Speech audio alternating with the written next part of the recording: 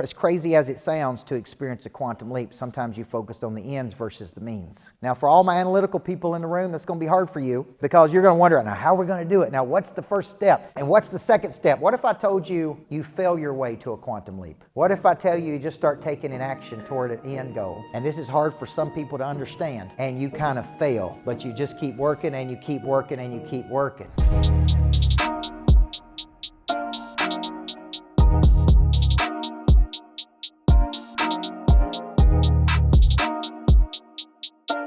So the quantum leap says we focus on the ends rather than the means. And we wake up and we set a big target and we move toward the target with a persistence and an intensity. We go from mental creation into physical action. And when I don't know what to do, I do something. I take an action. I pick up the phone. I call somebody. I follow up with somebody. I have an inspired impression. I should call somebody this morning. I should follow up with somebody this morning. So when you're thinking about it, this is really what we need. And then I'm done. I wrote a book at 25 years old on confidence because I lost all of my confidence. I thought I was going to get married to a person from my high school. I was crazy in love. We ended up breaking up. I ended up having to take an engagement ring back. And it is a lonely day when you take an engagement ring back, folks. And when I look back on that, I realized that I had given all of my confidence up to another person. I'd actually placed my destiny in another person's hands. And I made my mind I would never do that again, right? And so I studied confidence. I became an expert at confidence, which is the memory of success. It's an internal knowing that you can create and manifest the vision that you have in your mind. And from that, I started studying boldness. The people that do big things in the world don't just have confidence. They go to another level. That next level is called remarkable boldness. And boldness is psychological flexibility to move towards something even if you don't know if it's going to work out or not. So what you're going to need to do, what I'm talking about, is I want you to think remarkable boldness, significant advancements, and immediate actions. Every one of you could leave here today and take an immediate action. Yes or no? But you're going to go nowhere unless you know the aiming point. So I asked Pritchett, can a person experience a quantum leap if they don't have an aiming point? It's very hard to experience a quantum leap if you don't know what the aiming point is. Because you wake up and you have no clear direction. For me, for 13 years, it was winning that championship. So when you think about it, what we're doing is we're partnerships. So I started going, okay, what are my big moves here? See, these are big moves that I'm making right now. This expansion of a concept, Greatness Factory, and I've already spoken this into the world. You'll see me grow this concept of Greatness Factories. It's not really co-working. It's more like a private entrepreneurial club. There is places for you to work. There's private offices. We have a 109-person state-of-the-art theater.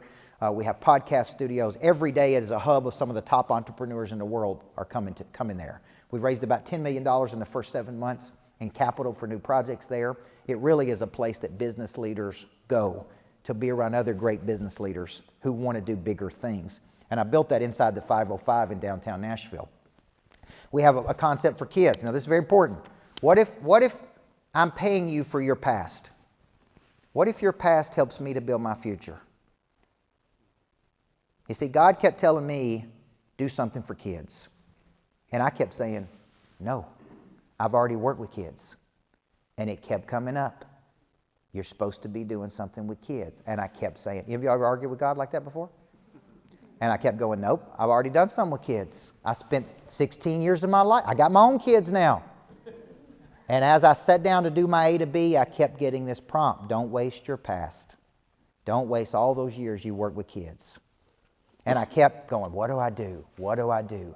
How do I do it? I've got businesses. How do I do this now? And then I said, what's the number one thing kids need? They need confidence. Confidence is a memory of success.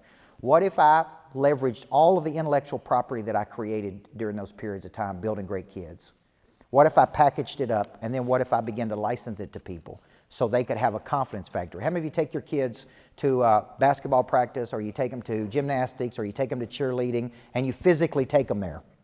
And you drop them off. Okay, that's the concept of a confidence factory. Is you take your kids to the confidence factory, they spend an hour with the coach, and instead of me working with the kids, I license the concept. And I'm in a business meeting. This is an inspired impression. I'm coaching this business guy. He sold his company for $25 million. I'm coaching him on his next move. And I'm sitting there. He's like, I really want to work with kids. I really want to work with kids. And I go back to my office. Remember, I haven't drawn this up. There is no structure to it whatsoever. It's just an inspired impression that God gave me. So then I just walk back and I say, hey, man, I got a concept called the Confidence Factory. I'm going to package up all my intellectual property. I'll license it to you. You can have your own Confidence Factory. He lives in Frederick, Maryland. And I said, it's a $50,000 licensing fee plus a 10% royalty back to me. He said, done. I'll take it. And I sold my first Confidence Factory. Everybody see that? Notice that I didn't have one thing other than a thought when I sold that. Everybody hear that part? I didn't have websites. I didn't have anything. I hired somebody to package up all the intellectual property. He's licensing my concepts to teach kids in Maryland.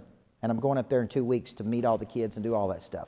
So that's a big table move. Then the raising of capital. So we started different syndications. Then expansion of the company. Then we built a Navy SEAL division to attack. These are big moves. What are your big moves that you're going to be making? And is it time that you reactivate that prey drive in you, that drive in you to go pursue something and go play at a higher level? And maybe today my role in your life was to reactivate the gifts and talents that you were given to help you get refocused on the big table of what you're supposed to be doing.